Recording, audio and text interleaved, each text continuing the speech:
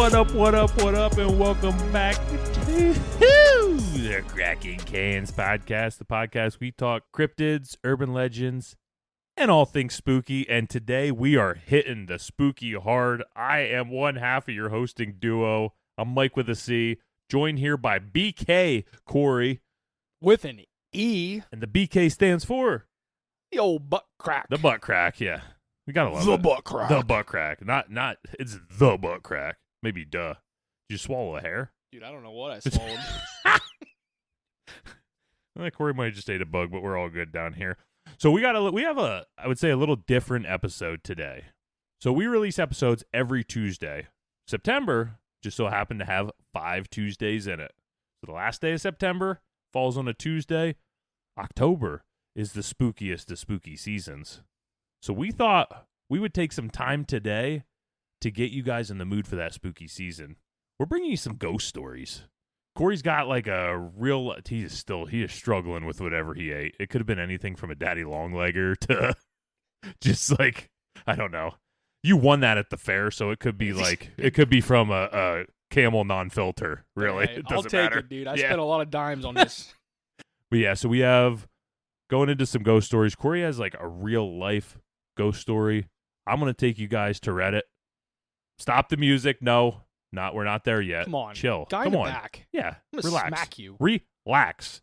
So we're going to be hitting you guys, hopefully easing you guys in to the spooky season. And as always, if you like the cast and like what you hear, make sure to drop that 5-star review. That helps us grow the cast. Whatever you're listening to on Apple, Spotify, whatever. And on Spotify, you can leave us comments. We'll comment back right there on that. Yeah, Right we'll on read that them. bitch. We'll read them. Pow. We'll read them. Corey will send them to me because I will probably forget to look. He'll send them to me and already have responded, and you'll probably already be in the middle of a conversation going back and forth, but then I'll see it, and so it'll be cool. Hell yeah. Hell yeah. So what's up, dude? I want to hear, because you told me about it via text. I want to hear your story from the other day. Yeah. I want the people to hear it. The people to hear it. So, this is like, 2 nights ago? So 2 nights ago, me and my wife were sitting on the couch. She went out to the kitchen, kind of get the kitchen in order, whatever women do in the kitchen, you know what I mean? I think she went out in the kitchen to get the dishwasher and all that ready. We're going to go to bed shortly. So anyways, a lot of times we let our cat outside at night. He roams around, or in the evening time or whatever. We try and let him in before we go upstairs to bed. So he's out on the porch. She let him in. We're sitting on the couch finishing up our TV show. I hear this noise. I go, like, what the? So I go bebopping out to the kitchen. And I look, and my dog's sitting there looking at the cat. My cat's sitting there with what looks like a dog toy in his mouth. And that's like, man, I ain't never seen that cat have a dog toy in his mouth. That's when I realized he's got a rabbit in his mouth. Not like a baby, a furless little tiny rabbit. It's like the size of my hand. It's a juvenile rabbit. Fully furred and everything, you know? Furred. And he just starts walking through, like going into our living room and stuff. And by this time, my wife sees it, so she's freaking out because she's a rabbit lover. She kind of yells at him. He drops it. So I go over to pick up what I think is a dead rabbit, and it's not. It just takes off running through the living room, into the living room. It's like, son of a bitch. So I almost pushed my wife out of the way.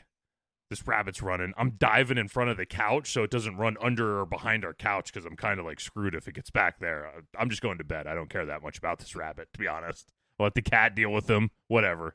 My wife, on the other hand, is like, open the front door for him. So eventually he gets behind, like in our entryway, behind where we hang our coats and everything. So I move all that out. I put a broom on one side so he can't run. He's not super fast. The cat's probably had him in his mouth for a solid like 20 minutes, so he's wore out by now. And I scooped him up with my other hand. He had a cut on his stomach, but he seemed like he was all right. Took him outside, dropped him off. But then the next day, I texted you about that. I'm in our like living room, and my wife's in the kitchen, and I hear her giving our cat the rules for going outside. Giving a pep talk. A pep talk, yeah. She's like, hey, dickhead, you could go outside, and I understand that you need to hunt. You're a predator. That's fine. Whatever you hunt, stays outside. If it's a rabbit, I don't want to see it. If it's a mouse, you don't need to bring it up to the porch to show me. Or he brings moles up all the time. Really? Yeah. If it's a mole, just throw it down in the bushes. I don't care what you do when you're out, but you will not bring anything else in this house. And there's a pause. And I know for a fact, I can see it in my brain, the pause is she's waiting for him to make eye contact with her and give her some kind of like sign. Yes. And so I can just hear the very faint like, meow. So I know he understood what she was saying. Yeah. And then the door opened and she said, go have fun. So he has the ground rules now. No more rabbits. But yeah, just total. And it's one of those nights where I was kind of tired, just getting ready to go to bed, and I got to chase a damn rabbit through the house. It was fun. But I texted you the whole story, and I know you told your kids. I know they liked it. Yeah, they wanted that. They wanted that to happen to us. Yeah, sweet. Yeah, go ahead. You can have it. Yeah. But yeah. So, anyways, that's the spookiness going on at the old Mikey Swag house there in town. But that's enough chit chat, Corey. That's enough chit chat. The folks don't want to hear no chit chat. They want to get into the chit-chat. Spooky. But first, let's hear what beer we got.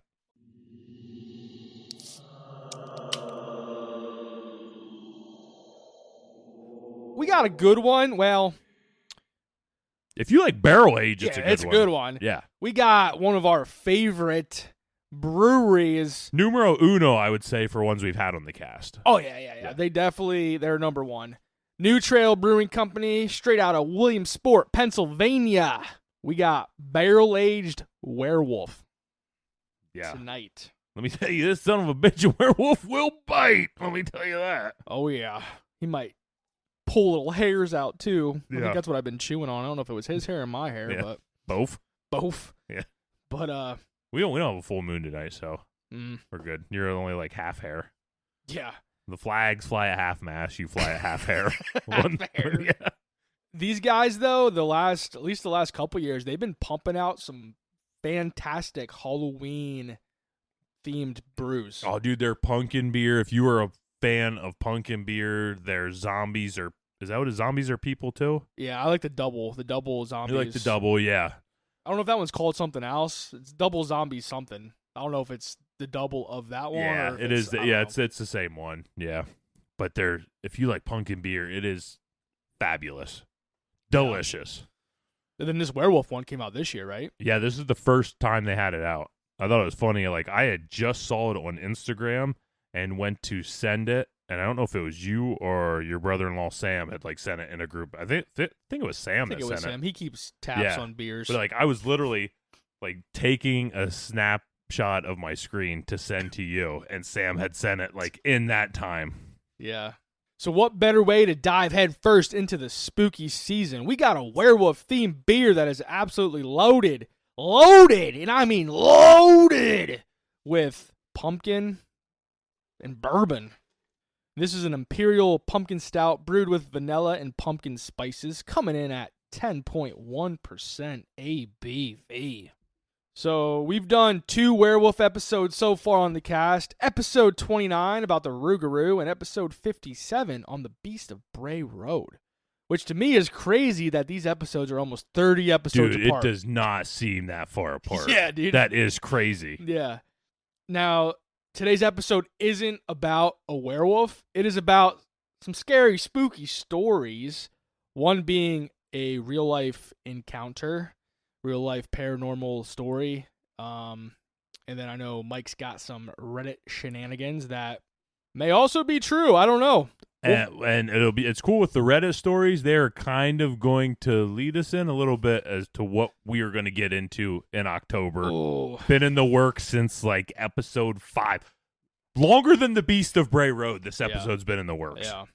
And we chose this beer because when you think of Halloween and the spooky season, a werewolf is one of the OGs that come to mind. Like what are some of like the Halloween OGs? Like werewolf, vampires, witches, yeah. Yeah. That's about it, dude. Ghost, yeah. They're like the Mount Rushmore of like what Halloween is. Yeah. I agree. Yeah. Skeletons, yeah. Yeah. You gonna throw out something? I was going You were to. trying, dude. Yeah. Yeah, Dude, it was not going to make any sense at all. I know. I was looking. I saw the wheels just spinning over Yeah. there, dude. But But yeah, so we have like this first one we have is the barrel age. We also have like the non-barrel age too. So that doesn't quite this doesn't quite come in as high octane.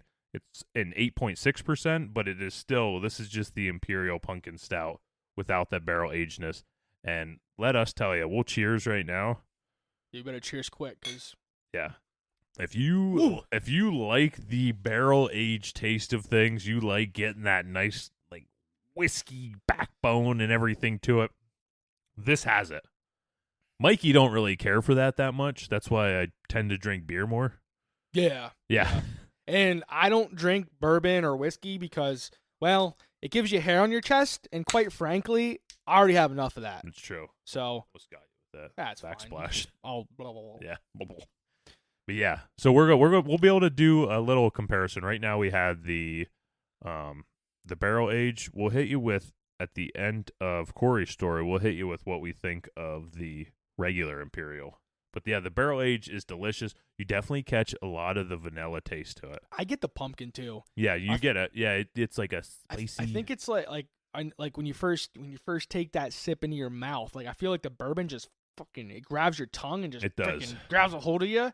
And then once it lets go of your tongue, then I feel like the pumpkin kind of like floats in there a little bit. Then it tries to grab other stuff. Yeah, and then I'm like, no. Yeah. Oh, I'm a married man. Check out the ring. Yeah. Oh. But I do want to say before we move on with this episode, I think the Werewolf Imperial Pumpkin Stout, not the barrel age, I think that can is freaking sick. Dude, I think the barrel age can is sick. Really, I think this one's like more sick. More sick. Yeah, I think it's funny. I like the full outline in front of the moon and stuff of the barrel age. I just like these big ass claws just coming in they're and cool. Get you in his face. Yeah, I'd get that tattooed on me. I know you would. I only Corey. Say that with cool things. So you do. Yep. Like tiki stuff. I was like, wow, this one's dark too, but I guess it is a stout. Yeah, it's the same thing. It's gonna look the same. Yeah. Yeah. But with that, let's go. Let's go. Before we get into the episode, only source I really got is the Unsolved Mysteries video from season 1, episode 3, that talked about the Tallman haunting back in the late 80s when this episode came out. So this is their last name? Yeah. Okay. Yeah. I didn't know if it was like referring to the spirit or the family. Yeah. So and I wasn't sure either until I dug into it because, you see a lot of like the Hat Man, you see like the Tall Man. Yeah, the tall man made me think of The Conjuring right away. Yeah. What was the name of that second? It was in the second movie. Dude, I don't know. Dude, man, we need to do some more research. Yeah, we need to be better for the people. Crooked Man. Crooked Man. Is that what it was? Yep. You just making that up? I think it is. Like, I'm not 100%. Thanks. Like, but would if it's you wrong, bet a kidney on it? No. Okay. No. Just a kidney. You could donate it. I thought you were gonna say kid. I would say yes. Oh, kid. Yeah. Oh yeah. Bet a kid on that. Be like kid, yes, knee, kidney. No, not my knee. I need those. My ACL and MCL. I need that. Yeah. All right, so let's get into this bad boy. Let's do this. Sorry. Oh, sorry. Dude, the last episode, I was listening to like the end of it today, and like the one point when you say like bored, yeah, I like jumped. You're like bored. Like you like screamed. I'm like driving. I'm like, I literally jumped out of my seat. Man, I think I don't know if I'm just getting too close to the mic or I'm just getting too amped up. Bored. You did it like twice. Yeah. I'm like, oh. Nothing will beat in the Demon House one when I'm talking about the girl levitating and you're just like, I knew it, and you said it. Like, dude, it's like, like, I'm surprised you couldn't hear me make that noise. I knew it. For today's story, we're traveling back to 1986. Man, for some reason, I thought this was going to be like more modern. I don't know why I thought that. I mean, that's the 80s. Yeah, I was thinking it was going to be like in the 2000s. Which I only think the 80s was like 20 years ago, but really it's like, dude, we're freaking old, man. Yeah, better watch. I know. So we're traveling back to 1986 to the quiet town of Horicon, Wisconsin.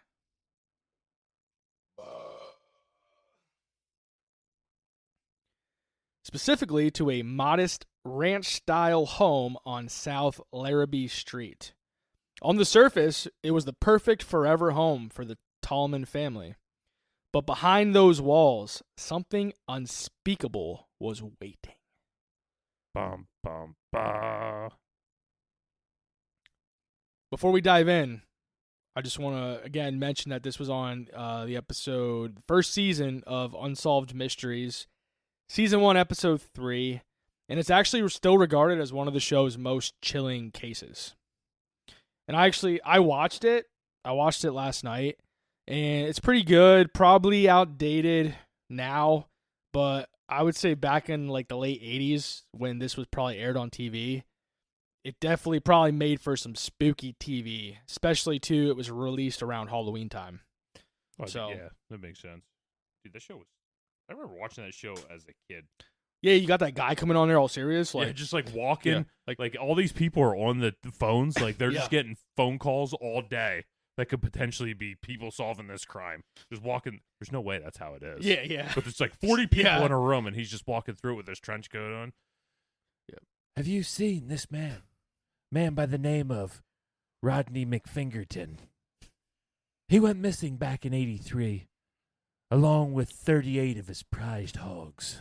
That's just every episode it was is, like yeah, that. yeah. And it's like, holy shit, like this guy, I'm Yeah. bought in, like yeah, I feel let's for him. go, It's like, let's solve this shit. yeah. Let's do it. Yeah, he pulls you right through that TV. He does, just like Freddy Krueger in the third Nightmare on Elm Street. Yeah. Did you ever see that one where he picks like the arms come out of the Oh, TV? yeah. It's like, you're getting your big break in showtime. Oh shit. Are you ready for this bad boy of a story? Oh yeah. So we've been hitting these spooky stories, these real, well, like, what do you Yeah. call them? Like I mean, Like- yeah, I these real life hauntings, yeah, I would say so. I guess yeah. you could say. Whether you believe it or not, that's up to you. But yeah, you Ripley's. can- Ripley's, Ripley's Believe It or Not. like the museum. Like the show, the Oh, book, yeah. the museum, all of it. Oh yeah. Oh, yeah. On April. Sorry. I messed up, Corey. We're in August. No, I know we're in August, you son of a bitch. All right, shut the fuck up. All right. Okay. In April of 1986, 32-year-old Alan Tallman and his wife, 30-year-old Deborah, moved into the home with their two children, Danny, age 7, and Mary Ann, just 1 year old. The mother was also pregnant, expecting their third child, a girl. Horicon, Wisconsin was a safe farming town, quiet, close-knit. The Tallmans were a well-respected family, churchgoers, hardworking, raising their children with love. By all accounts, they had no reason to suspect the horrors. The freaking dude's running a whorehouse. I struggle with those words. Dude, it's all right. Me too. That's like I feel like that's the central PA in us. Dude, I don't. It's got to be The horrors. the horror. So you gotta pretend you're a pirate. Horrors. It makes it a little easier to say. Yeah, it does. Horrors. Horrors. That would unfold. Freaking whore. It's a godforsaken whore that bit my nose right off. The house itself had no known history of hauntings, and the Tallmans had never encountered anything paranormal like in their entire life. Yeah. So I got a discussion. So one thing I'm going to do throughout this story is I want to throw some discussion questions in here just so we can. It's kind of like a quiz. Yeah, it's a little pop quiz. Yeah, we could talk, hang out, Yeah, enjoy each other's company. that's right. That's right. So Mike, do you think? And some of these discussion questions we've kind of talked about throughout the cast, but I think they're important to talk about again. So, do you think that families carry an energy with them that can spark paranormal activity? So like what if so, like what type of things do you think could conjure up paranormal activity, could bring those things about?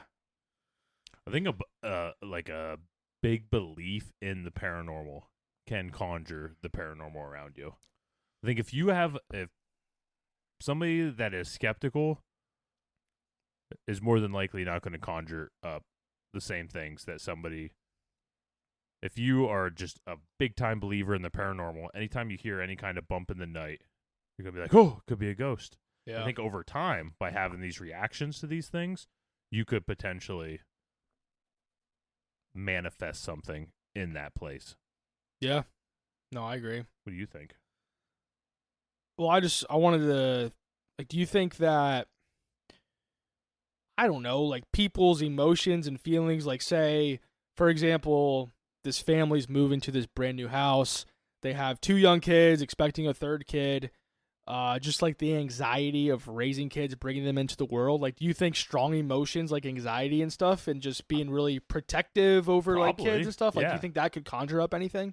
I would think why. It seems like the strong emotions stuff, like poltergeist, a lot of times come with teen girls that are kind of going through strong emotions. So yeah, I would think there would be some. It seems like a lot of places have some sort of triggering event.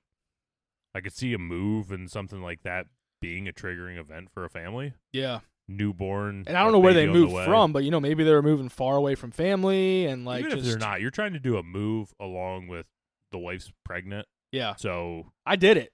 Yeah. Like, when we moved to this house, yeah. Kendra was like 8 months pregnant. Nice. So we could have conjured up something here. We're working on it right now. That's right. I think by us talking about this all the time, if ever something's going to be conjured up, it could potentially be down here. That's right. And it could stay down here. And that's why we do it at Corey's house. That's why when I record from my house, we talk about Bigfoot. But Mike doesn't know when he leaves. I say, all right, guys, listen, here's Mike's address. Here's where he lives. Follow that, Rav. Yeah. These are the latitude and the longitude. Son of a bitch. That's where you go. Yeah. I always think it's funny. Right before I get to my door, it just opens on its own. It's like something's coming into the house before me. Yeah. But I don't worry too much about that. It's fine. Yeah. Nothing a rabbit can't take care of. You just say, thank you. Oh, hey, Ron, is that you coming over here? In November of 1986.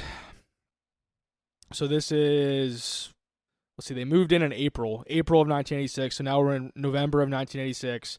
Deborah gave birth to their newest addition, Sarah. Up to this point, life in the house has been peaceful, nothing strange, nothing out of the ordinary. So, I'm sorry. Yeah. So the other daughter is right around 1 or 2 years old. Yeah. Wow, okay. I think 1, yeah. Yeah, she was 1 when they moved in, so yeah, I don't know when, like, her birthday and stuff is, but yeah. So pretty close. They're right around there. Yeah, yep. Okay. So yeah, up until the newest addition, the newest baby was born, nothing. No paranormal activity in the house whatsoever. But that all changed in early 1987 when the family brought home. Do you want to guess what they brought home? A baby. No. No. The baby was born in November of 1986. Oh, shoot. So okay, so they early brought, 1987. I'll give you a hint. It's a type of furniture. I was going to say, is it a piece of furniture? That was going to be It is a type of furniture. Is it? You saw my notes, you son of a bitch. No, I didn't see it. I didn't see your notes on that. Piece of furniture it just gives me like the Dybbuk box vibes. Is it a cabinet of some sort? Nope. Okay, well then never mind. All right, that was my guess. It's some sort of cabinet. They brought home a second-hand bunk bed. A bunk bed? A bunk bed. You know, I recently was listening to a podcast that kind of did like, it does like listener submitted stories, and they talked about a haunted couch. Huh. And they swore that the couch was made of human skin. So, yeah, they were hanging out on the couch. Like a guy, it'd be like you and your wife hanging on the couch, and she's just like, "No, I'm not in the mood for that." And you're just like, "What are you well, arm just is coming out of the couch. It's just, I don't know. Yeah. Like, what the fuck? Damn, that's weird. But yeah, they brought home a second-hand bunk bed for the youngest children, Marianne and Sarah. And this right here, folks, is where everything began to unravel. So they think this is the center of it, is this bunk bed.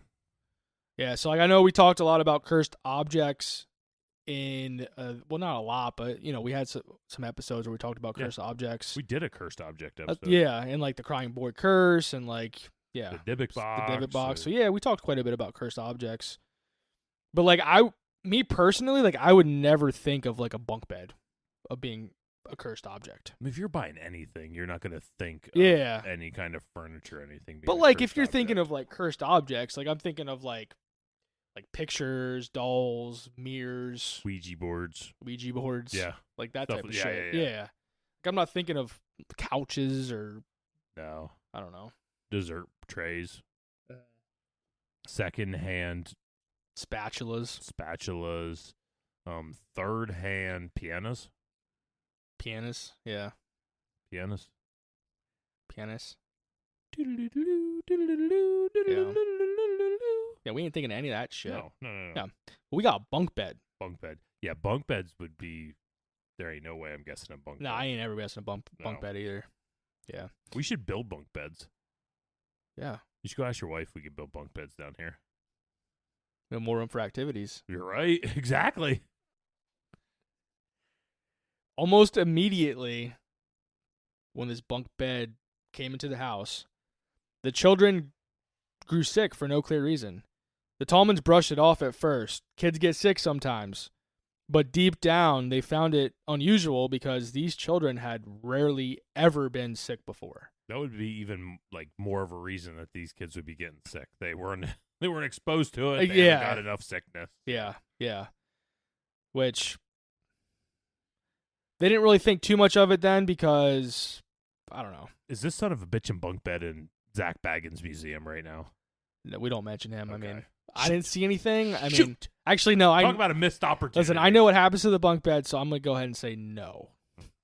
Then, so like the children start getting sick and stuff, and then the children began speaking of things no parent ever wants to hear. My butt's itchy. Figures in their rooms. Voices whispering from the shadows. Alan and Deborah dismissed it as children's imagination. But soon, the parents themselves would hear voices too. Did you take out the trash? Did you know it's garbage night? Dude, I almost forget about garbage night all the time. There are squirrels in your attic, and their name are Ben and Jerry, Ben but and they're Jerry. not the ice cream. Each month after the bunk bed arrived, the activity escalated. So every growing month after this bunk bed was in their house, the paranormal activity escalated. Disembodied voices echoed through the house. Objects moved on their own. Dark, shifting shadows crept across the rooms. Even the garage door began opening and closing by itself. Boy, wouldn't you like that? I would, dude. Yeah, Cause your door's been busted for a while. I We have know. to do it Also the gotta- old-fashioned way. all I gotta do is put a couple screws in Yeah, it. well, we've just been doing it the old-fashioned way for I know. like 3 months now. Hey, it's a little physical activity the way It I is. look at it. It's either pushing a button or pulling up a. I like it because I can get in when you're not ready for me. I could just be sitting down here in the dark with no lights on. You like could I have was flipped. You tonight. could have flipped the light on. Well, I wasn't sure where it was, and I kind of like the ambiance until I started smelling your cat's ass just seep out of the litter box area tonight. Like, eh. And then something evil began tormenting their oldest child, Danny. But Danny doesn't sleep in the room with He the doesn't. bunk beds. No, he doesn't. He has a separate room. So this whatever spirit or paranormal entity, whatever is in there, it became fixated on Danny, and Danny expressed the most fear out of the entire house and pleaded to his family that he did not want to live there anymore. Do you think because he had the most fear, that's why this thing fixated on Yeah, him? it could have been. Yeah, I knew it was getting to him. Alan grew more and more pissed off and angry that his own children were being affected by these entities. And then one day, he supposedly just screamed at the top of his lungs for these entities to leave his children alone and to attack him instead. Dude, we just talked about this. I on, know, like, I the mentioned last that too, episode. yeah. Whoa. Well, your wish is their command, Yeah. Alan. Freaking hell yeah, Alan. Way to step up as a dad. We talk about every other dad in these Yeah. hauntings. I know. Hitting the bar and nowhere to be found. Yeah. But fucking Alan's Yeah. there, and he said, bring this bitch Yeah. on. Because he says, never back down. That's right. Because it was his favorite movie that wasn't created yet, but he knew it was coming. Yeah, you can see the future. He could. If we listen, if we make it big, we're gonna buy a drive-in theater that only plays Never Back Down. Yeah. Twice a night. Twice a night. No, and not Never Back Down too, because that's a load of garbage. But just just the OG. the OG. Never Back Down. Yeah, like we can't even get it out. It's shoved in there so good. That's the way it should be. That's right. All right, Alan. Let's see what happens to you because you're involved. Me? Is your name Alan? Well, but the way you said it made it seem like you were talking about me, and I was kind of concerned. Like, no, my name's not Alan, but shit, I feel like you're like conjuring this thing up. Like, hey, you ain't Alan, but you about to be. Yeah, you're about to find out. Yeah, you about to know what Alan's feeling, and it ain't good. Big fella. Yeah,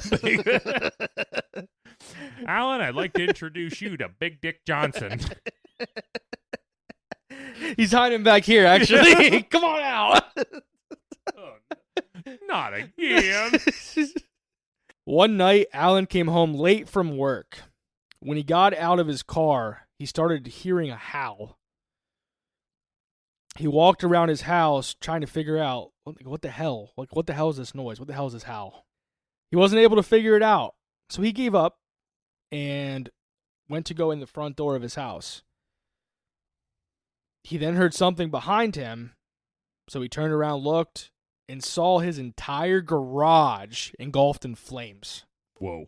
So he freaked the fuck out. He got inside, because he was like in the process of getting inside of his house when he looked back, saw the garage just in flames. He gets inside, and he took a few seconds until it hit him, like, my fucking garage is on fire. Well, yeah, I can see that. You just do like the turnaround. It's like, Yeah. oh dear, and you just start unlocking it. It's like, oh no. Mm-hmm. Yeah.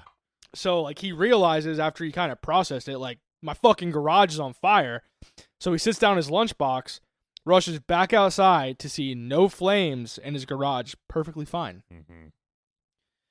So then, and they show this in the in that episode of the Dude, it had to have awesome CGI. yeah. Dude, it had to have the best In the CGI. Unsolved Mysteries episode, he turns around, he goes back inside of his house, he bends over to pick up his lunchbox. He goes, oh crap. No, that son of a bitch just goes, whoa, right across the lunchbox room. It does? just takes off. Or him. No, the lunchbox. The lunchbox. Like, he went, like, he reaches down to Yeah. grab it, and as soon as he, like goes to, like, pick it up, it just, poof. What would you do if that was you? Like, I already know what I'd do. I'd probably just be like, nope, and just turn over. I'll walk right back out the door. It's like, sleep in my car tonight. It's fine. No big deal. I'd probably go back to work and then just try to do the whole thing again. Yep. All right, we'll start this from scratch without the lunchbox this time. Yeah. So then Alan, after that, like, I think eventually, I forget what he did after that happened, but, like, Well, he was a prison guard before this. no, he was a supervisor. Door-to-door salesman for supervisors He was a supervisor of, like, a manufacturing plant. that manufactured door-to-door salesmen. I knew I was right. So then there was that incident that happened. And then there was another day where Alan began. Wait, I want to know what he I did don't- after this. I think he just It's just like, oh, bother. And he just went to bed. I think like he Winnie just the Pooh, you know? I think he just was like, bother. oh, and then he told Yeah. his wife. I guess what else do you do? Yeah. I don't know. Because, like, they already knew this shit was escalating and, like, there's Yeah. something going on there. Like, I don't really like that you're reading this story after I just said I squared up. I know. The supposed spirits in my house. I know. My 100-year-old house, you know? Yeah.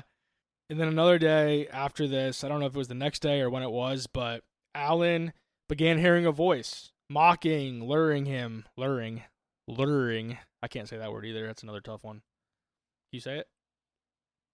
Lori. Did I get it? No, like... Are you being a wise guy? I feel like that because you asked me how to say it, my brain can't figure out how to say it. Do you know how to say it either? Say it again. Luring. Shit, just forget it. I want to hear you say it, though. I can't think of it. Like, you put me on the spot, and my brain can't. My brain. I know exactly what word you mean. Like, trying to come over here, come over here. Yeah. Luring. Is that right? Yeah. Okay. Luring. Yeah. Dude, you threw me for a you're fucking sweating. loop, dude. Dude, For a I'm fucking sweating. loop. I'm sweating. It is hot in here today. Yeah. I feel like I'm sweating now, though, after Yeah. that word. luring. Damn it. So this voice, Sounded like Corey now. So this voice started saying like, "Come here, come get me. I have donuts." What would a spirit have to say to you to get you to come? Beer, Yeah. beer, football, Chips. Middlesworth barbecue. Yeah. Yeah, I mean, not donuts. Donuts ain't gonna get me. Oh, donuts I would ain't, get me. I ain't falling for that I like- shit. Wh- Ice cream cake. I'd at least yell, what kind? Oh, dude, ice cream cake is next level. Yeah, I'm gone. Like Yeah. There's nothing better than ice cream cake. I do like donuts, though. I do like Krispy Kreme. I just like getting the Walmart donuts, man. They're like a better price. I like the peanut butter filled donuts. I like the white cream filled, not the pudding ass cream filled. Yeah, just Fuck the them white pudding yeah. ass cream, And like, dude. I don't know about you, but every time I go to like, not every time because I don't go much because I fucking hate Dunkin' Donuts. But like when I'm there, I want that donut, but like I don't know the difference between like Boston cream. Dude, and you got to just say, I just tell them white cream.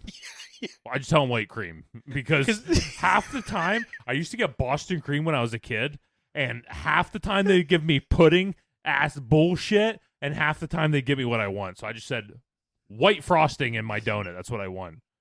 I never knew. Like my Dude, I'm brain, the same way. dude, my brain can't comprehend the Dunkin' difference. Donuts can't comprehend the difference Apparently. because I'm telling you, when I would order Boston cream, it's a 50-50 shot I would get what I wanted. And it was a 50-50 shot for me too, Yeah. because I would just say one or the other. Dude, you give me one of them pudding things. I'll take one bite of that pudding ass filled donut, and I just want to throw it against the wall, dude. Spike it And on go the just fucking ground. kick a dog or something. Yeah. I don't know, man. I don't like that at all. Yeah, I mean, I'll eat it. Well, yeah, I'm going to eat it.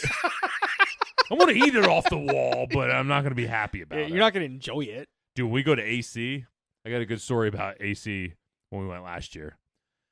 So you're at these casinos and stuff like that. Me and Corey and two of our friends are going to AC this weekend coming up that we're recording. The day that this drops, we'll be on our way home from AC. So we'll probably listen to this in the car. Hey, Mike, how you doing? Hope your drive's fine. Corey's an idiot. I'll understand what that means. Anyways. Mike, you're so stupid. I fucking hate you. I'll take that part out. I don't need to hear that when I'm driving. Drive us off a cliff. So we're at Dunkin' Donuts, and there was this woman. When you're at the casinos, people have their big spenders, yada, yada, yada, you know. Oh, I'm a big spender. I'm a diamond. It's like, Yeah. fucking loser just spending all your money at the casino. Whatever. This lady had like a tooth. A tooth? Just that's all she had left. It's like a tooth. Oh, I thought you meant She she was just, like like- carrying around a tooth. No. Maybe she had the rest in her pocket. I don't know. But she like just butts in front of everybody at Dunkin' because I'm a platinum card holder. Did she really say that? Yeah, that's what she said. Because I like kind of like said something to her. It's like there's a freaking line. Not for me. I'm a platinum card holder. So she got this like nasty ass coffee with like instead of just saying the 3 Splendas, she just said 3 pinks and a little bit of cream in it. It's like, gosh, that sounds absolutely disgusting. If you don't know what she's talking about, Yeah. that sounds disgusting.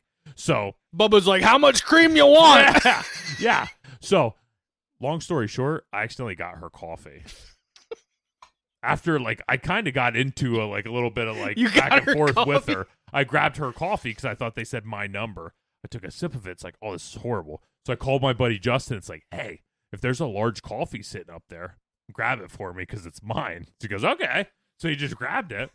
I just threw her coffee right in the trash can. Like we left, she was still standing up there waiting for her coffee. I don't know how long she had to wait, but screw you. You know, you paid in my ass. Yeah. You dickhead. Yeah.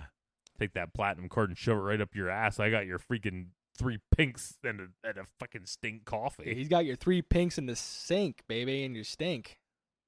It was just in the trash. Yeah. Yeah. Same thing. I said the Dunkin' Donuts at Bally's Casino. If you guys want to sponsor us, we come there yearly. Yeah. Get my cold coffee. My cold coffee. All right, so where were we? I don't know. Alan. I don't know anymore. Alan the father started hearing a voice mocking him, telling him to come here. Come for donuts. What?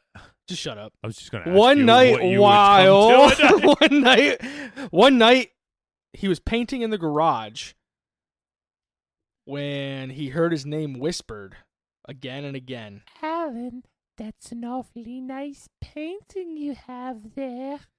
Come out to the woods with me, and we'll do a little dance to your painting, Alan. I think it was just like his name repeated over and over, yeah. but Alan. he turned, and in the corner stood a red-eyed figure glaring at him. The fucking Mothman! Yeah, Could be. could be. Probably Before the not. son of a bitch just vanished into the dark. And that's when I was going to have a discussion about something that happened similar with you challenging whatever, the evil energy that Dude, you... when I did that night, Yeah. I was a little scared. You think you're challenging what you think you can't see in Yeah. a way? It is Yeah. a little bit scary. Because you can't see it. Like, You don't can't know. see it. Yeah, You yeah. don't even I don't know what I'm squaring up Yeah. to. I would do it. It's different, as a Yeah. dad with your kids and stuff like Yeah. that. I'm sure you feel Yeah. the same way. It's Yeah. like I don't know. And I think it's like the most common and rational thing to do or like response in like a situation like Yeah. that. Because as dads, we're supposed to protect our kids, protect our family. Yeah, I ain't doing it again. That was scary. I just get my gun out and start blasting. Just start blasting like Frank. Yeah. You just started blasting. Yeah. I wonder why there's so many holes in your wall up in your living room and stuff. Yeah.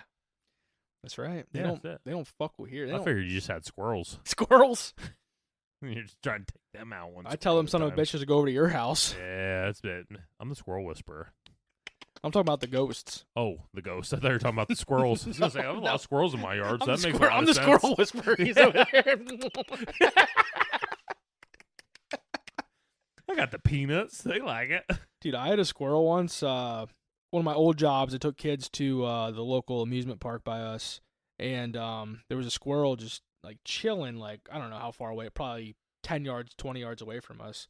And I started like whistling and like snapping my fingers, and son of a bitch ran over to me, and I was eating Ritz crackers. I bend down with a Ritz cracker. This thing stands up on my shoe with both of his hands, takes the Ritz cracker out of my hand, sits there and eats it, and then he like takes off running. Cold as shit. Yeah. Yeah. My cousin Corey got bit by a squirrel when she was at Penn State. Really? Bit, scratched, went somewhere else. She had to go. She went and got checked out just to make sure. Yeah. But yeah, because they have those squirrels in the trash cans that like people just feed, and Oh, I yeah. don't know. Yeah. Apparently, she didn't bring enough food. Yeah. So after Alan started being tormented now by whatever's there, one of his daughters, I think it was the middle child, like the 2-year-old at this point, 2, 3, however old they are, started seeing a woman in her bedroom, an old woman with long dark hair, glowing red eyes, and a face twisted with malice.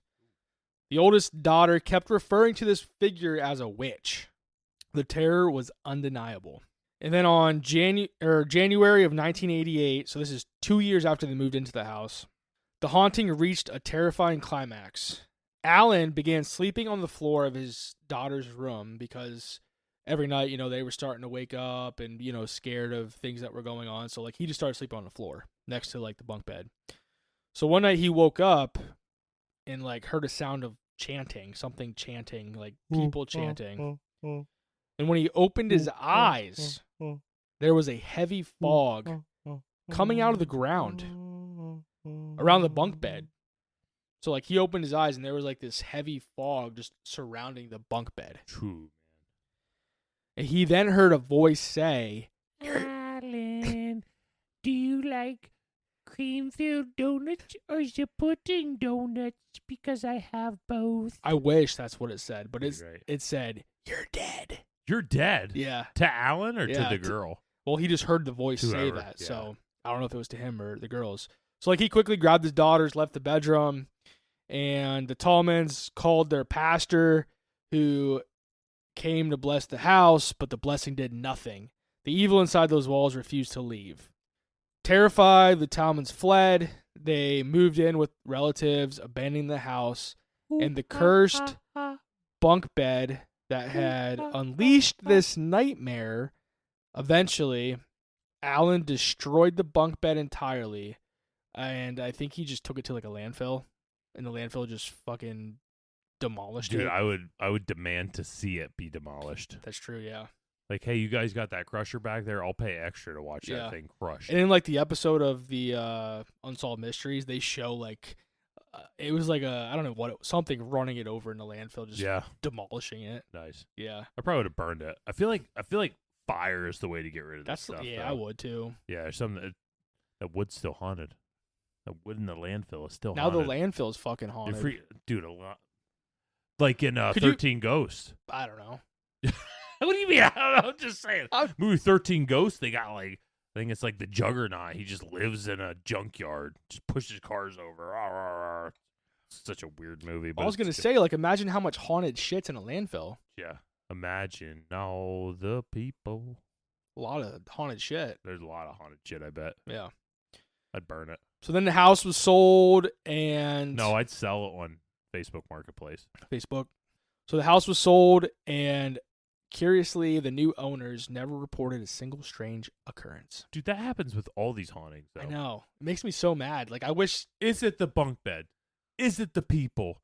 Is it just the people in this specific location that does it? I don't. That's what I was gonna say. Like, do you think it's like it's a concoction of like these people's energy, this old ass piece of wood coming into this specific house on this specific land that just like triggers it all? Dude, sometimes I wonder if there is an energy within this space that can conjure up just enough to be able to like haunt one family. So when that family leaves, the haunting's over. Know what I'm thinking? Dude, I got big brain All right. brain thought. Oh, good So, God. Yeah, you better. You better save that because you might need that for Atlantic City, buddy. No, dude, this is a big brain thought. It just first time clicked into my mind, right? Ready for this? I think all them spirits out there, like the bad spirits, I think they're playing a game of bingo. Bingo. Okay? Yeah. And so they're all spread out around the whole fucking. I've dropped a lot of F-bombs on this. I apologize. That's all right. But I think they're just spread out amongst, we'll just say, the world, okay? The world. And- We'll just say amongst the world. A nice small geographic area for you guys. The world. Well, I was going to say the United States of America, but I didn't want to discriminate against, like, We'll go Europe with and the shit. U.S. though for now because Okay. it would be smaller. Okay. U.S. So these spirits, okay, they got bingo cards throughout the U.S., right? I think how they hit on certain things is like, okay, they need a family that moves into this house in this state that have this, 3 kids, this and that. When they hit it, poof! Bam, go ahead. They come this out. Is your chance. Yeah, I think that's what happens. But they always go too aggressive. Because they're so fucking hot. Yeah, but for me, it's like I'm playing the long game here. 28-year haunt is what you're getting out of me. You know what I mean? Yeah. I'm starting out real simple. Like I'm just gonna mold your cheese fast, right when you get it from the. So you're blaming the grocery store, but that negative energy I can just feed on. Yeah.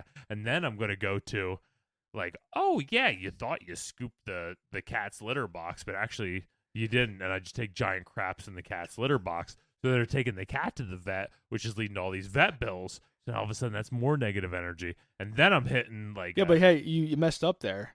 why? Because I would have just kept taking the cat shit that they dumped somewhere and putting it back in the litter box. I could have done that. You were putting like human shit in there. They're gonna be like, Oh, ghost shit. oh, okay. Yeah, I'm a ghost, Oh, dude. Come on, dude. So they couldn't see it. No, they could. Well, but they got to scoop it still. That shit's heavy. Yeah. So they're at least buying more litter. You don't know what's gonna happen. Yeah. Yeah, crazy. But I don't know. I was thinking about a big game of bingo, and they're just like, it just, you know what I mean? Like it They just could be it's, doing it's that. like a You stand for- perfect. Yeah. Or it's like when you get those little cards when you go to restaurants where it's like if you buy so many pizzas, like, but there's certain yeah. objectives that got to hit in these cards. It's like, yes, my card got punched. I'm gone. Could be. Yeah. Yeah. I don't know. Just my So, thought. so do you think this house was haunted? Do you think the bunk beds were haunted? I mean, if this story's legit, I would say, yeah. Yeah. Never know. Bunk Yeah. beds were destroyed. Damn it. Why didn't we keep these bunk beds around so Zach could have them in this museum? Son of a bitch, Zach. The Tallman haunting has sparked endless debate. Some say it was a classic poltergeist case, a restless force feeding on the family's stress and fear. Others believe it was a cursed object, the bunk bed serving as a gateway for something dark and malicious. Skeptics, of course, argue otherwise. They suggest sleep paralysis, hallucinations, or even folie à deux. What? Folie à deux, which means Fully Fully John Doe? No. No. Fully a nerd. Which means it's a shared delusion spreading throughout the family. So this is a rare psychiatric syndrome where two people or more, often in close relationships, share a similar delusional belief. The disorder involves a primary person with a psychotic disorder who transmits the delusion to a secondary person who then also comes to believe it's real. The syndrome is believed to be caused by a combination of psychological, social, and biological factors, with isolation and intense emotional bonds playing a significant role. That's what we do down here every week. Yeah, essentially. Pretty much, yeah. I feed you a line of bullshit to get you to believe it, and you feed me a line of bullshit, and then, basically, yeah. But for the Tallmans, the truth was undeniable. Their dream home had become a nightmare, and the horrors they endured on South Larrabee Street would haunt them for the rest of their lives. God-forsaken whores. So, if we're talking about this bunk bed being cursed, being haunted, hypothetically, like, what do you think could have happened to this thing prior to them having it? With You know, a because bunk that's bed? like that's what I always wonder about. Yeah. With like cursed objects. I always think of the original Annabelle movie where they show the people breaking into the house, killing the family, and the blood spilled, and it just hits the object. That's what transfers the evil into this object and stuff like that. Yeah. Wonder if it could be something like that. I don't know. Bunk bed's just such a weird thing to become haunted. I know. And like my thoughts was like, is there some type of house fire or a traumatic event where like this bunk bed's the only thing left standing, and then like all this just negative shit that happened just like goes into this bunk bed that's there, you know what I mean? Yeah. Could be. I don't know. You know, I think it would be interesting to be able to trace the history of the bunk bed. That's why you need to listen, folks out there, this is a lesson to you. If you have a cursed object, do not send it to a landfill. Do not send it to us. Please send that stuff right to Zach Baggy Pants in Las Vegas, Nevada. I was going to say him too. He'll be able to put it in his museum. Thank you for not throwing me out there because I'm sending it right to him. No, yeah, you're sending it. You got to send it to Zach Baggins. Yeah. He knows what to do with it. He'll claim he does. Yeah. Either way. Well, regardless. For sure. It's not in my hands. Yeah, either way. Because it's out of my head and it's out of my mind. Zach Baggy Pants is so fine. With that, we're taking a beer break. Beer break. Yeah, we're back from the beer break. Back from the beer break, and we're headed to Reddit. Let's go there. Let's head to Reddit.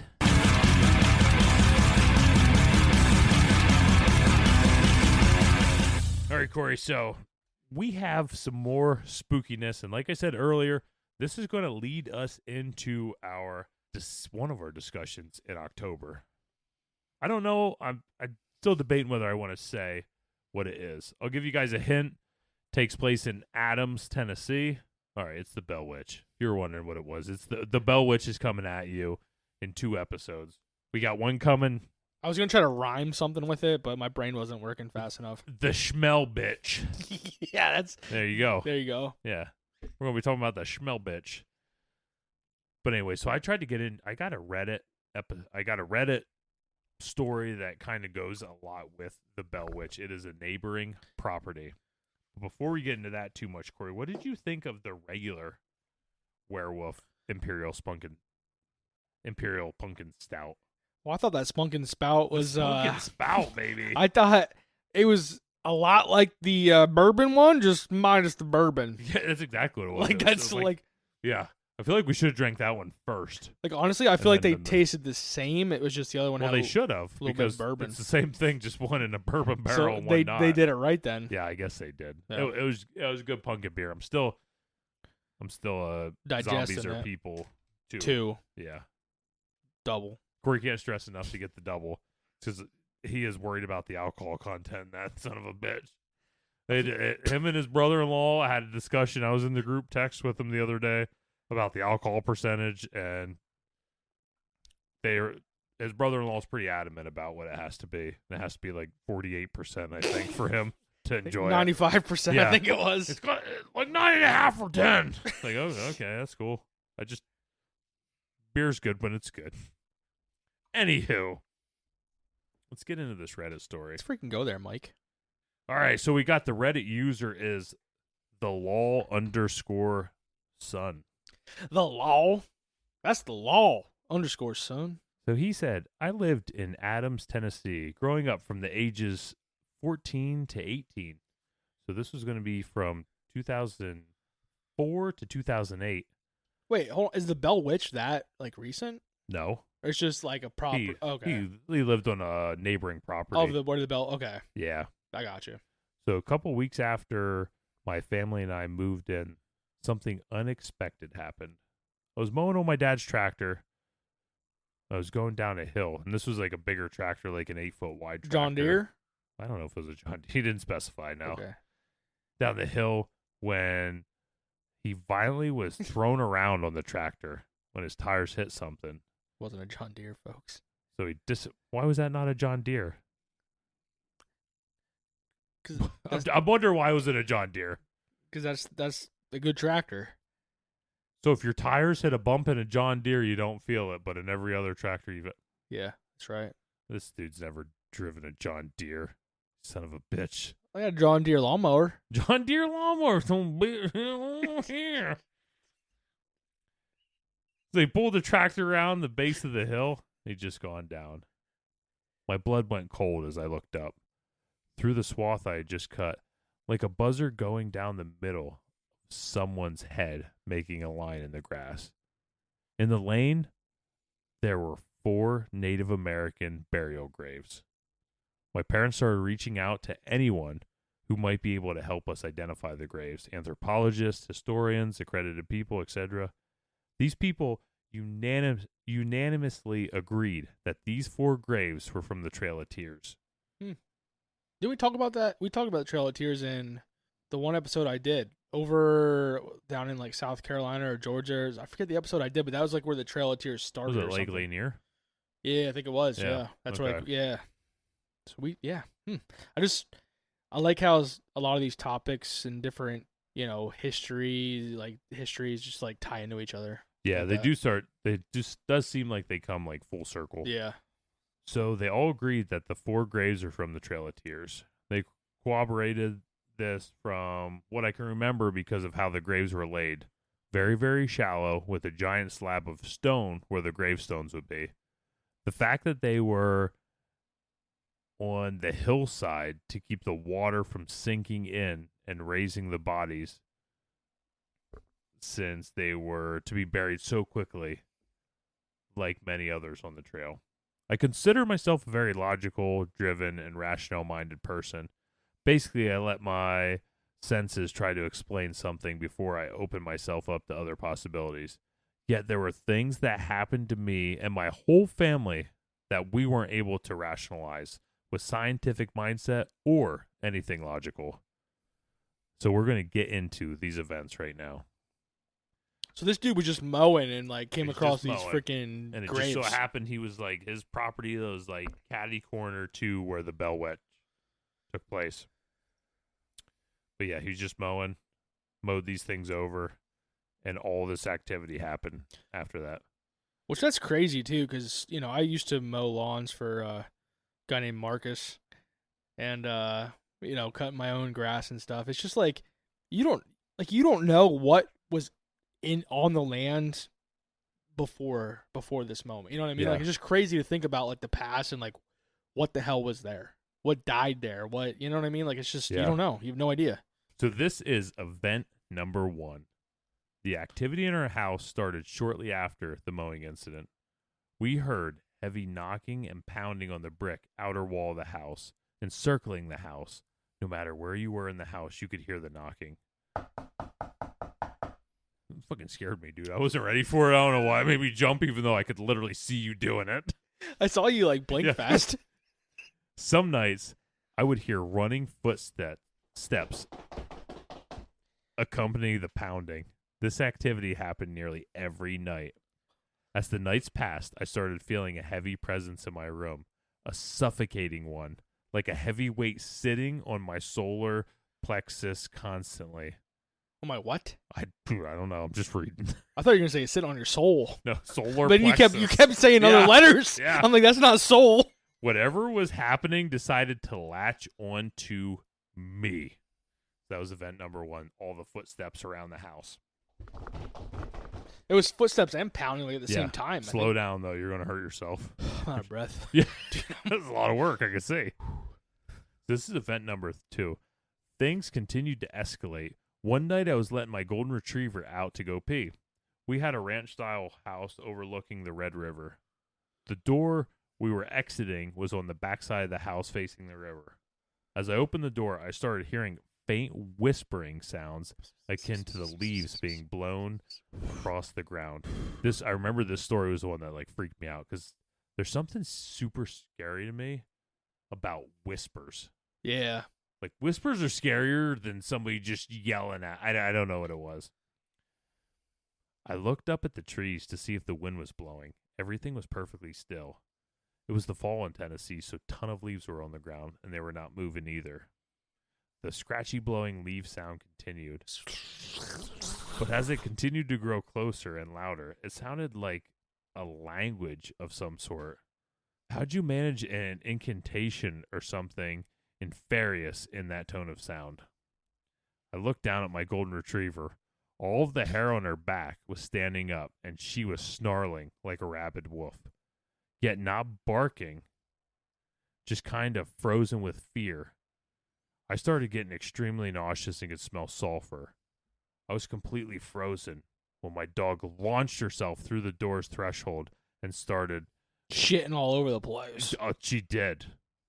Really? No, she started Oh. gnashing her teeth midair, snarling and chomping. Like trying almost to like she was bite like trying to something. bite something. Yeah.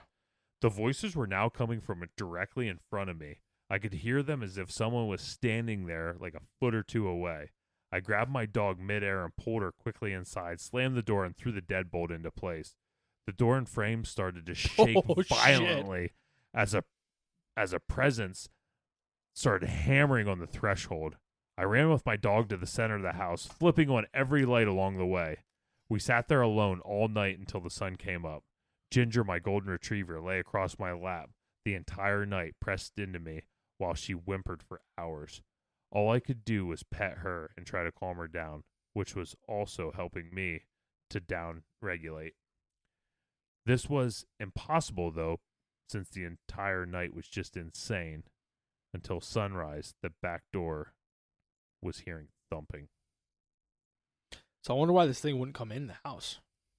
Well, I think that a lot of these things can't come in unless they're invited. Waited in. Yeah. So this was event number 3. It happened when I was coming home from football practice. I had all my gear in a gym bag over my left shoulder. This was important because of how I entered the house. As I closed the front door behind me, I began sitting down the gear bag from my left side, which caused me to look right. The room when you first walked in was our quote-unquote library, where we had a leather couch, a chair, a piano, bookshelf, and wooden rocking chair. There was something sitting in the rocking chair. My peripheral vision caught it at first, the chair going back and forth. And as my vision centered around the chair, there was a humanoid-looking shape sitting there, head glancing downward at a book it was holding. Long black hair drawn down over its head and completely void of light. The picture, what I saw, imagine the silhouette of a person. Imagine the silhouette of a person, but rather a void of light. The light was coming in around the edges of it, but it seemed to be eaten up by the presence.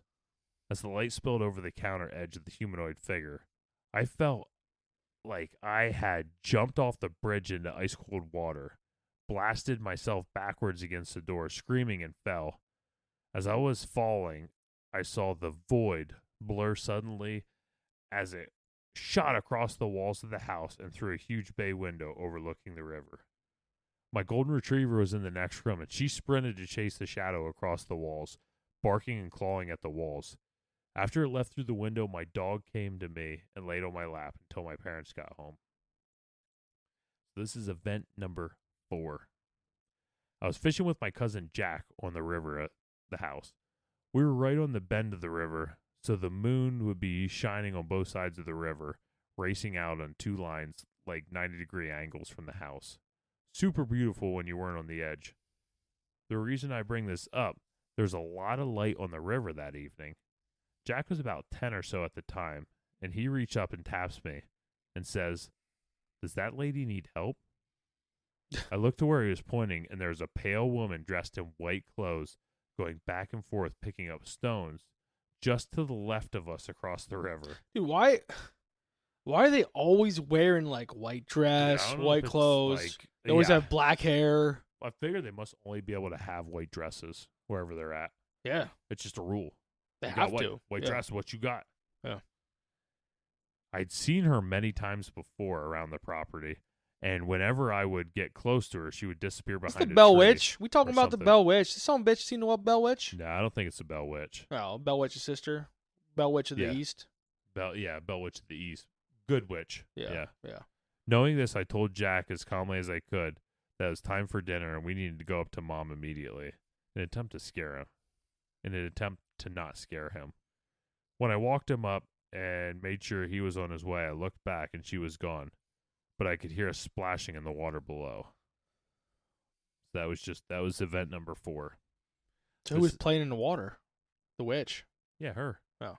Yeah, she was already in the water. Yeah, back and yeah. forth. Well, I heard some splashing and stuff. Yeah. I don't know. Carp. Yeah. Musky.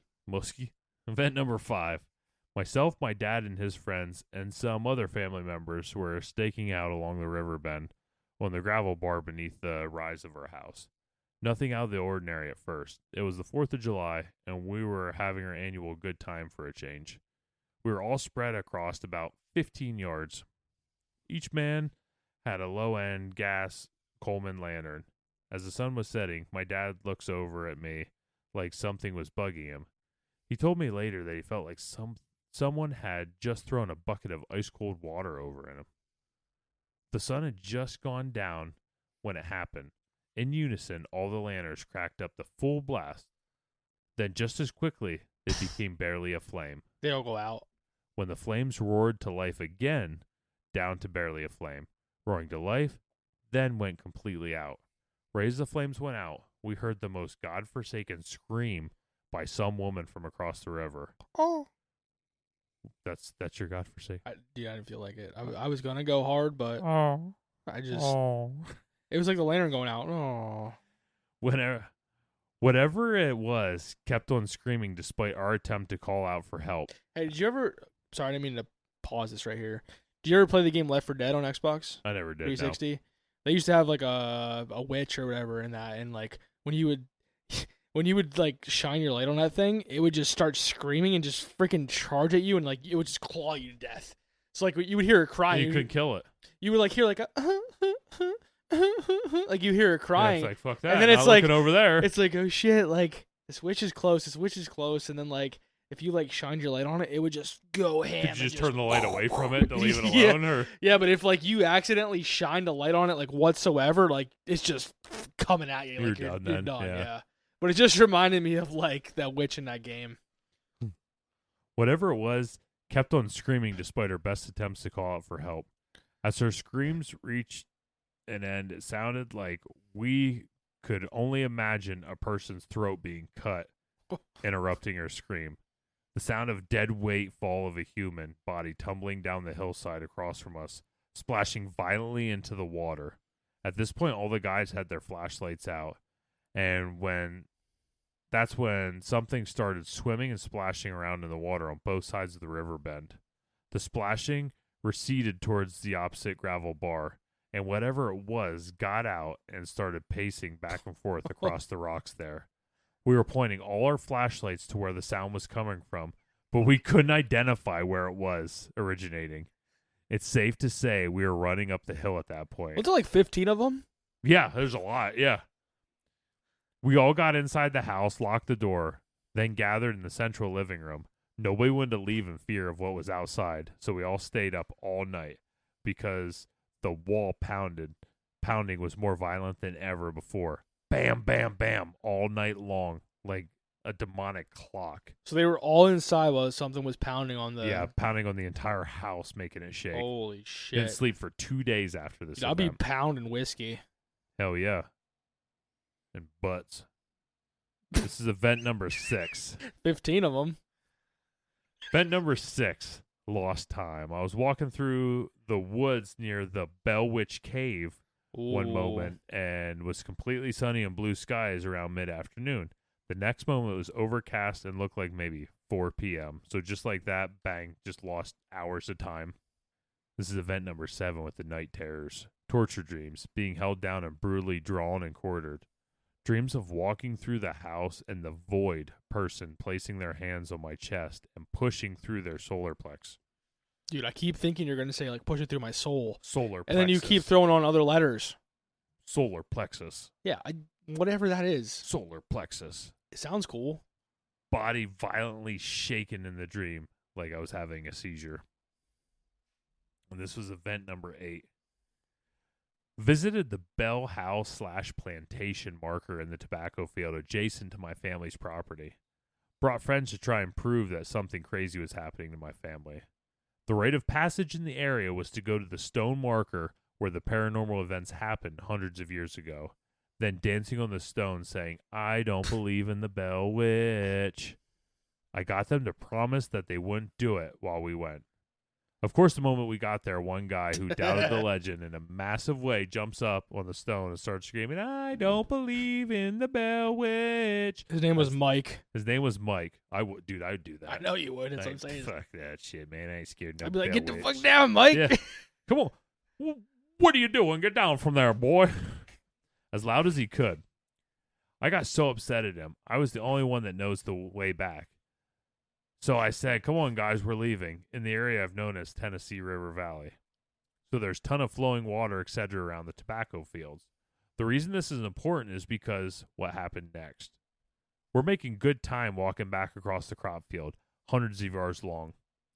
A mist starts rolling in from the river bend and begins to saturate the field. The temperature drops easily 25 degrees or so Damn. from when we started. And we started seeing our breath. It began to smell sulfur in the breeze. Oh, shit. Something's coming if you smell sulfur. As the mist became a fog, it began. I started hearing this wheezy and deep, cavernous sounding breath around us, like being inside a cave that was breathing. Out of nowhere, we started hearing these giant blasting sounds, and I realized something was walking on the chopped tobacco stalks. Side note, when they harvest tobacco, they use a machete to cut them down at a 45-degree angle, leaving about 3.5 foot of bristle stalks poking out of the ground. When you step on said stalks, they disintegrate in a very loud and bursting way. This starts happening This starts happening. Yeah. over and over again. This starts happening all around us like an army of native spirits running around as we were there. The blaster coming from every single direction of the fog. This is when I hear it. The deep, cavernous noise turns into a giant sniffing sound. Like some crafty beast smelling its prey, just out of eyesight. At this point, I yell, "Run!" in a pure panic mode. We take off across the field, trying not to trip and skewer ourselves in the stock. When they dry out, they get really sharp, and that's when they harvest them. As we exited the field and our feet hit the gravel road, the lower center part of my back suddenly explodes in agony. I look down, and there's a massive rock laying at my feet. I realized I had just been assaulted. By the time I got to my house and examined my back in the mirror, the bruise was about the size of a basketball. Holy shit. And was already turning black. And this is the last event that the Reddit user wrote. Woke up outside about 3 a.m. I was laying next to 4 graves on the property. The night was awfully cold, and I woke up soaked in sweat.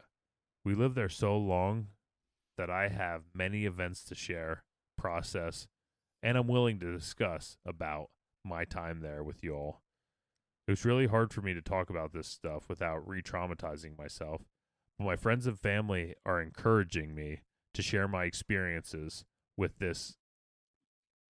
like-minded people so I can try to find peace surrounding my trauma.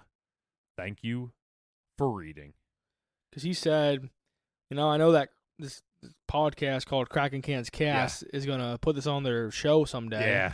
They're going to have one fucking goofball making noises while the other one trips over every fucking word he reads.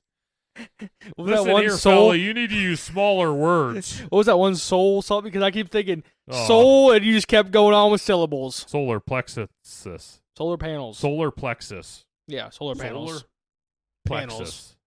Solar Panels. plexus. That's it. That's Plex- what I got. Solar plexiglass. No. Corey, you son of a bitch. No. That's what we got for today's episode of the Kraken Cans So that's where it Cast. ends? That's where it ends. That's his What happened 8 next? encounters. That's his 8 encounters. I want to know number 9. Get him on the cast. You got to reach out to him. That's your bit. Get him on the cast. Your bit. I'll get him on the cast. I don't care. Get him on. CM Punk. Corey's busy working. I think next week we should have Theo Vaughn on the cast, if it's up to Corey. Yeah, it's going to depend what his schedule looks Yeah. like, but it's looking good. Is it? No. No, no. No. No. But yeah, that's what we have. This is another episode of the Kraken Cans Cast in the books. Guys, I hope you enjoyed everything. If you liked what you heard, make sure to drop that 5-star review. Follow us on social media, Facebook, Instagram, TikTok, YouTube, Twitter, which is X, and also Threads. That's right. Yeah. You got anything else? Nah. What's that other one we're going to get on at some point? Buy me a coffee. No. Oh, The Twitch. Twitch. I guess. Yeah. I don't know. We're going to get on. Okay, so when. Corey's going to get us on Twitch. I didn't know we were getting on Twitch. I already told you, my goal Yeah. is next year when the new Michael Myers game comes out, Oh, yeah. your boys are going to be on Twitch playing that game. I only play games with no pants on. I don't wear pants either. Okay, we'll be fine then. Yeah. Our pants will be fighting in the corner. Like the Bell Witch pants Hell yeah. A lot of brown. of years. Oh, yeah. They're like 2 skirts fighting over Ew. there in the corner. But I'm Crack Daddy Mike.